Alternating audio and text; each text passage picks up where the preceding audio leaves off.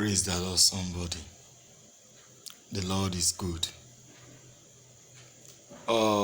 Today, I want us to look at a very wonderful topic under total submission. I'll be teaching us, by the grace of God, I'll be teaching us deeply about some facts in total submission. But today, I want us to look at a topic which is called married life. Married life. Of a truth, there are many things in married life. In the life of many people, many husbands and wives, many young girls and many young boys. Now, when you look at your Bible very well, there is one of the major factors that is bringing problem to many marriages today. Now, what is that common factor? It is sex. Sex. Let's look at what Bible says in 1 Corinthians chapter 7. Commence our reading from verse 7. From verse 1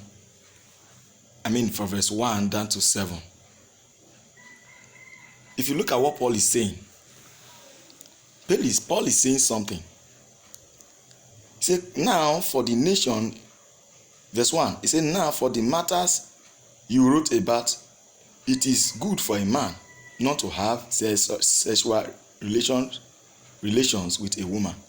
But since sexual immorality is occurring, each man should have sexual relation with his own wife, and each woman with her own husband. In other words, today, you will see a lot of problem that is going on in many marriages. This particular word is bringing problem in many marriages. How? Some women, they deprive their their husbands of sex. The same way it is to some men. They also deprive their wife from sex. With this place, Paul is saying that you as a man, your body, you don't have authority of your body. Neither you woman, you don't have authority of your body. Two of you are to give yourself to each other. Reading this place, if you look at it from verse 1 down to 7, Paul is saying that it is only when two of you make an agreement to pray, that is only when two of you can deprive each other of having sex. Why? Because of temptation. But today you will see that a lot of married women will be complaining, telling their husband that they are feeling pains, feeling this, giving them different excuses. And this is making a lot of men, to go outside and begin to chase after other women, all those girls. This is one of the major problems that is happening in marriages today. So you that is listening to me, you my viewers, please take note of this. Don't allow the devil to come in. If you didn't permit the devil, you will see the handwork of God in your life. In Jesus' name. Apart from that, when we look at the Bible vividly, in First Corinthians chapter 6, you will look at it very well. Let's look at it from verse 18. It says, flee from sexual immorality. All those sins a person commits are outside the body, but whosoever sins sexually sin against his own body. Verse 9, it says, do you not know that your body are temples of the Holy Spirit, and in you whom have received God? You are not your own, you were bought with a price. Therefore honor God with your bodies. Look at what Paul is saying. He says honor God with your body. This message is going to you singles.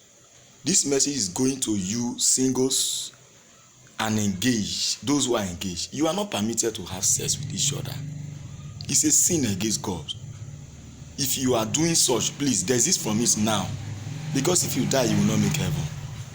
Dear brothers, dear sisters who are into courtship, into a relationship, you are not permitted. That is what the Bible is saying. If you go into sexual immorality, you sin against God. You sin against your body. You are committing to crime.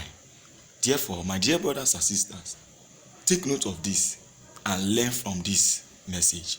I pray that God will give you more grace to overcome every trial and every plans of the enemy concerning you and your marriage life, in Jesus' name.